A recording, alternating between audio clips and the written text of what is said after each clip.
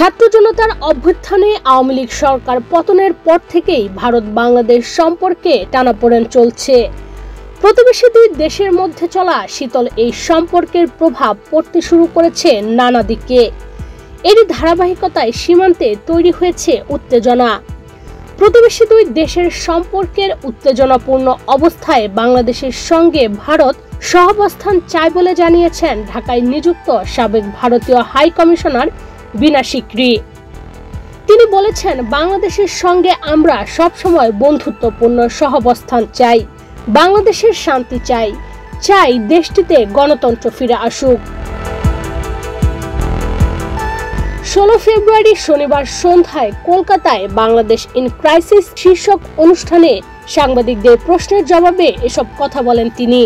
বাংলাদেশের সঙ্গে ভারতের সম্পর্ক আগেও সুমধুর ছিল উল্লেখ করে এই কূটনৈতিক বলেন, উভয় দেশের মধ্যে আন্তরিক সম্পর্ক আগামী দিনেও থাকবে।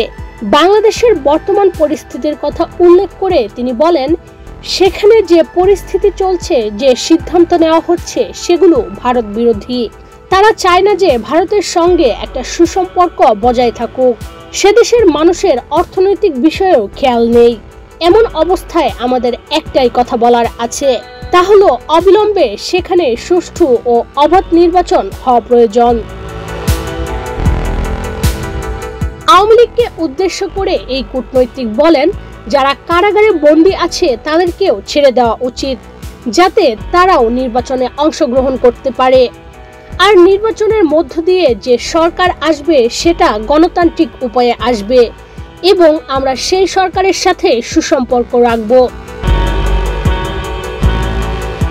এর আগে বিজেপি নেতা শুভেন্দু অধিকারী বাংলাদেশ ইস্যুতে বলেন, ভারতে আশ্রয় নেওয়া আওয়ামী লীগ নেতাকর্মীদের রাজনৈতিক আশ্রয় দেওয়া উচিত।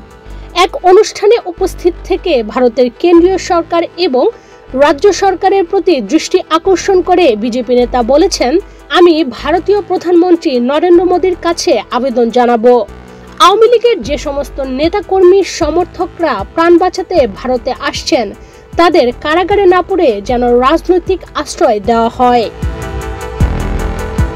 ইশরাত চৈতি, বাংলাদেশ প্রতিদিন।